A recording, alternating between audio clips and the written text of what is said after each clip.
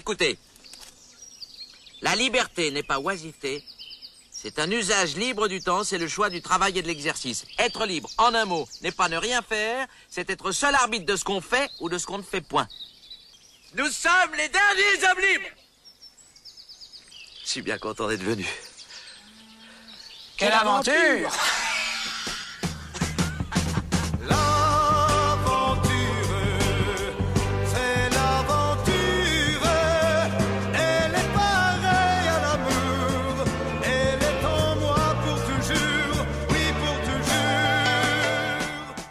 Prenez un peu de génie et de l'ambition. Une bonne dose d'irrévérence, avec un zeste de folie des grandeurs bien burné. Le tout saupoudré d'un esprit para et franchement nanar. D'aucuns font du napalm en mélangeant de l'essence avec du concentré de jus d'orange congelé, d'autres font des braquages qui forcent l'histoire de la fauche à jamais, en laissant des traces et des slogans indélébiles dans l'histoire des grands voyous. Lunettes de soleil et cigare au bec, Albert Romain Spaggiari est de ceux qui auront touché le paradis du brigandage en passant par les cloaques à merde de nos villes modernes. Moquette, quelques lampions, un petit intérieur quoi.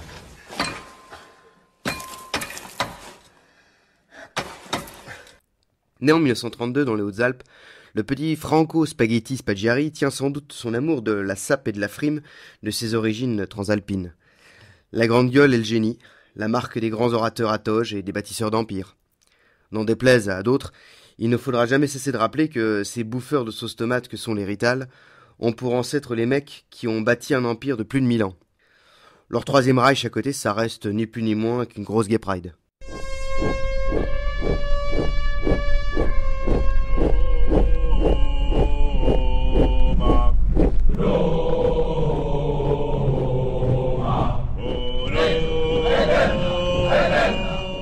C'est toujours bon de le rappeler. Alors qu'il a à peine 3 printemps, Albert se retrouve orphelin de père. Seul avec maman, ils partent à Hyères dans le Var. Les gamins, même sans papa, ont toujours besoin d'une figure à admirer, c'est bien connu. Le petit Albert se prend de passion pour les bandits et corsaires de la vie moderne.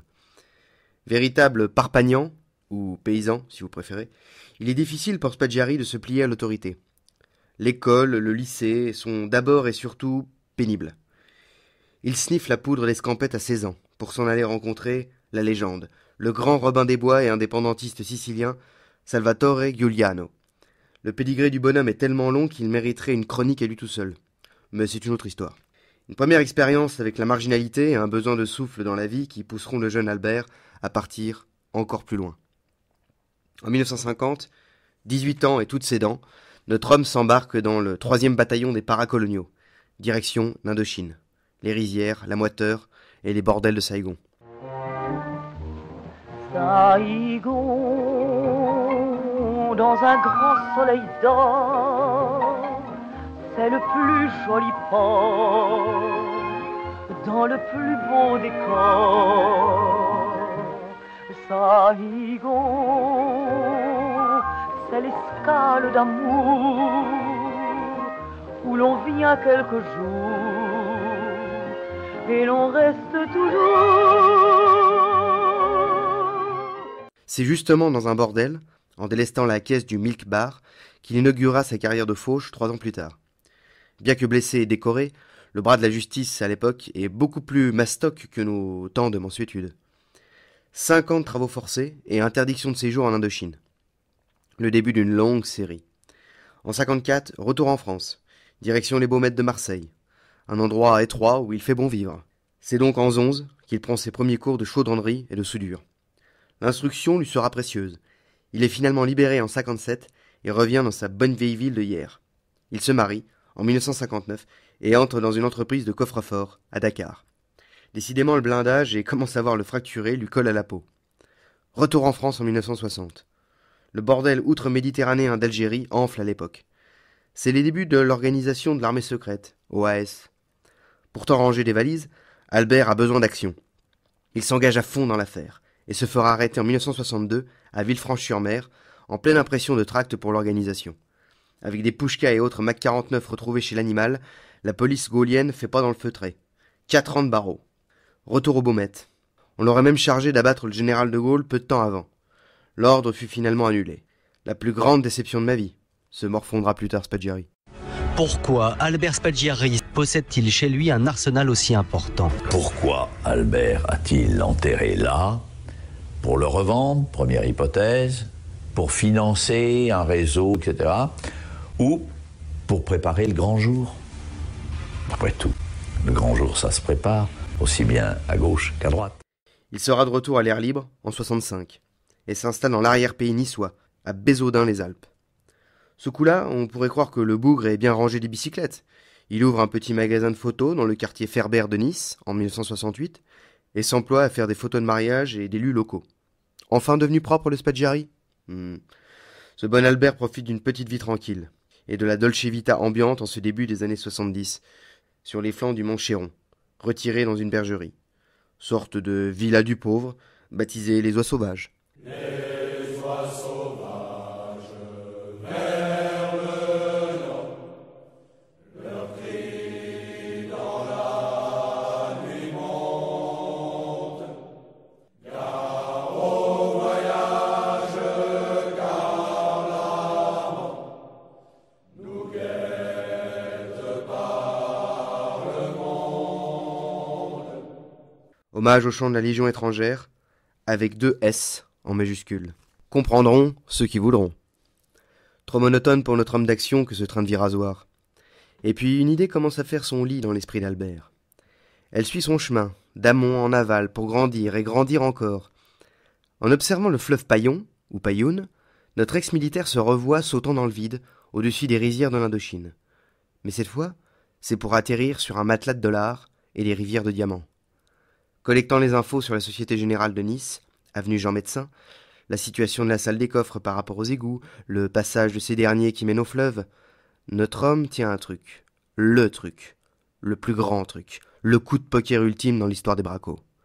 Pour Albert, c'est 2 ans de boulot, de repérage, d'exploration, de rencontres avec des mafieux, comme Alain Bournat et Francis Pellegrin, qui le mettront en contact avec le baron du milieu marseillais d'alors, Tani Zampa, afin d'échafauder un plan qui tient la distance. Le burin s'abat une première fois sur la roche, le 7 mai 1976. Un tunnel de 8 mètres, avec moquette, s'il vous plaît, passant par les boyaux des égouts et patiemment creusé. Pendant presque 3 mois, c'est dans la chaleur du terrassement à main nue, l'espoir de la richesse et l'odeur de merde que 15 velus se relaient pour atteindre la cour des miracles où tout devient possible. La salle des coffres de la Société Générale. Le coup final au dernier morceau de mur récalcitrant est porté le vendredi 16 juillet 1976. Les 13 mercenaires de la Fauche pénètrent la Sainte-Chapelle de la Fortune de leurs doigts sagouins. Même un dépucelage au Ritz avec champagne, drap de soie et beaucoup d'amour n'est pas aussi phénoménal. Comme il le dit dans son livre, quelques secondes plus tard, j'étais dans la banque. Dans la banque. Pierre a élevé sa lampe sur des murs de coffres rutilants. Aucun salon au monde de cette dimension ne peut contenir autant de richesse, autant de puissance et de pouvoir. Derrière ces blindages se dissimule un living room en or massif incrusté de diamants. J'ai fait sauter le jackpot. J'ai gagné. Parmi des milliards d'hommes avec le même rêve dans la tête, j'ai été l'élu. C'est sur moi que c'est tombé, mon numéro est sorti. Pierre a écarté les bras, napoléonien. Je t'avais bien dit que je t'amènerais dans cette salle, il proclame. Je me souviens qu'il était question qu'on me coupe le cou s'il y avait des alarmes. C'est tout ce dont je me souviens. Mais sur le moment, je suis tellement heureux. Je m'en fous de ce qu'il raconte. Des flots de plaisir, de ravissement, d'enchantement, de béatitude, d'ivresse, d'extase, d'euphorie sont en train d'irriguer mon cerveau. Soudain, tout le monde est là, la salle est pleine, on tombe tous dans les bras des uns et des autres, on se tâte sous tous les angles, on tourne et on valse. Les gueules sont fendues jusqu'aux oreilles, les yeux sont humides, les pattes sont caressantes. Et on tourne toujours comme des somnambules. C'est trop énorme, on est sûr de rien encore, mais on se démène et on fait des efforts pour réaliser. Est-on vraiment là, maintenant, en ce moment même? Ou n'est-ce qu'une hallucination? Je te pince, tu me pinces, nous nous pinçons. En 2 jours et 3 nuits, 371 coffres sont déboulonnés. Il y en a en tout 4000. Imaginez la frustration. 50 millions de francs, soit 30 millions d'euros, sont tout de même embarqués. L'ex-para aura le toupet de se débiner le samedi soir pour une bonne douche et un repas en ville. Il pleut beaucoup ce week-end-là, et l'évacuation prématurée de la salle des coffres est inévitable. Hors de question de se retrouver coincé dans les égouts.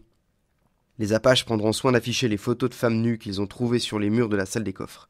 Le maître d'œuvre posera aussi sa fameuse signature à l'attention de la poulaille. Ni armes, ni violence, et sans haine. Spaggiari voulait rentrer dans l'histoire. Il tient son « on n'est pas sérieux quand on a 17 ans », sont sexe, drogue et rock'n'roll. Au petit matin du 19 juillet, tout est fini. Le butin sera partagé dans l'arrière-pays. Le soir même, Albert Spaggiari retrouve sa douce Emilia. L'affaire est énorme, les médias l'appellent le casse du siècle. Vous vous rappelez sûrement qu'en juillet 1976, le 16 juillet, après le pont du 14, l'on a découvert l'un des cambriolages les plus spectaculaires du siècle. Butin, près de 50 millions de francs. 5 milliards anciens avaient été dérobés dans la salle des coffres de la banque de la Société Générale à Nice. Regardez bien ce plan. C'est l'une des combinaisons les plus astucieuses jamais imaginées pour cambrioler une banque. C'est le début de la cavale. Les États-Unis d'abord. Spaggiari gonflé à bloc. Il va jusqu'à proposer ses services à la CIA en se présentant comme le cerveau du casse. Les deux compères de Spaggiari, Pellegrin et Bournat, se font coincer et dénoncent notre homme comme le cerveau de toute l'affaire. Il se fait pincer à son retour du Japon, alors qu'il était parti pour un voyage officiel, accompagnant ni plus ni moins le maire de l'époque, Jacques Médecin, le fiston de Jean, vous avez suivi, en tant que photographe de la ville. Gonflé quand même. Spagge ne reconnaîtra les faits qu'en présence d'une sommité de la police judiciaire. Sinon, rien. Enfin satisfait de pouvoir montrer au monde à quel point c'est lui le plus futé de la bande, il envoie la sauce et balance tout. Aux grandes dames de son avocat, Jacques Perrat, lui aussi un vétéran de l'Indochine. Il a le temps de rouiller 5 mois en 11 et confie à son conseil son intention de se carapater. 2 anciens des Paras et de l'OAS organisent le coup. Spaggiari, fébrile, rentre dans le bureau du juge le 10 mars 1977. Il est 15 heures. Il arrive à se retrouver seul avec son baveux et l'inquisiteur. Il gribouille de mauvais plans, histoire d'amadouer tout le monde. Il se lève pour donner quelques détails, et félinement bondit vers la fenêtre pour sauter 7 mètres plus bas, sur le toit d'une R6, avant de s'embarquer sur une moto qui l'attendait. Notre dandy ira jusqu'à dédommager le proprio de la guimbarde en lui envoyant de l'oseille. Les policiers ne cachent pas leur mécontentement. Après le mal qu'ils ont eu à arrêter Albert Spaggiari, ils ne comprennent pas qu'il ait pu s'évader avec autant de facilité. Une évasion qui, il faut bien le dire, amuse les Niçois qui comparent Spaggiari à Arsène Lupin. Spaggiari a fait demi-tour sur lui-même. Il a mis la main sur la crévonne et a ouvert la fenêtre qui se trouvait fermée. Il a enjambé... Celle-ci, pareil, exactement la même. Il a enjambé la fenêtre et s'est jeté dans le vide. Et tout ceci a demandé quelques dixièmes de seconde. Et puis, à la fenêtre, nous avons vu une moto qui s'enfuyait avec Spaggiari à l'arrière, qui s'est tournée vers nous, apparemment indemne, avec un sourire et en faisant au revoir de la main. Il est le bandit des médias, le numéro 1. Pendant 12 ans, il traverse l'Amérique du Sud, se fait appeler Romain Clément, achète une villa en Argentine, se fait refaire le museau pour ne pas être connu, repart en Espagne, revient au Chili, où il aurait d'ailleurs eu quelques liens interlopes avec un certain Pinochet. Il sortira son livre, Les égouts du paradis, en 1978, qui viendra, comme je vous l'ai lu tout à l'heure, parfaire la légende. Il se la joue Arsène Lupin, nargue les flics en envoyant des photos de lui ou en se faisant interviewer. Bien. Albert, vous avez soulagé, entre guillemets, la Société Générale de près de 5 milliards. Tout s'est bien passé, l'évasion. Vous êtes tout de même en cavale. Alors maintenant, qu'est-ce qui va se passer? Tu veux dire mes projets? Oui, c'est ça. Mais soit dire ou soit ne pas dire? Les deux, si possible. Ouais, bon. Soit dire, on pourra continuer à fumer des Havanes, boire du Dom Pérignon, avec les plus belles filles du monde, dans les plus beaux coins du monde. Et puis de voyager les plus beaux coins du monde, voilà. Mes projets immédiats. Un autre, à court terme peut-être, les assises. J'aimerais passer aux assises. Si je trouve une demi-douzaine d'avocats assez enragés, assez fous, pour prendre le contre-pied de la justice.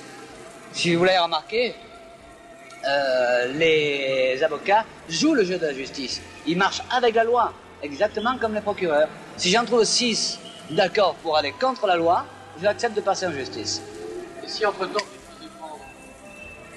j'essaierai de ne pas me faire prendre. À me faire prendre, je préfère que ce soit au 24e étage d'une tour.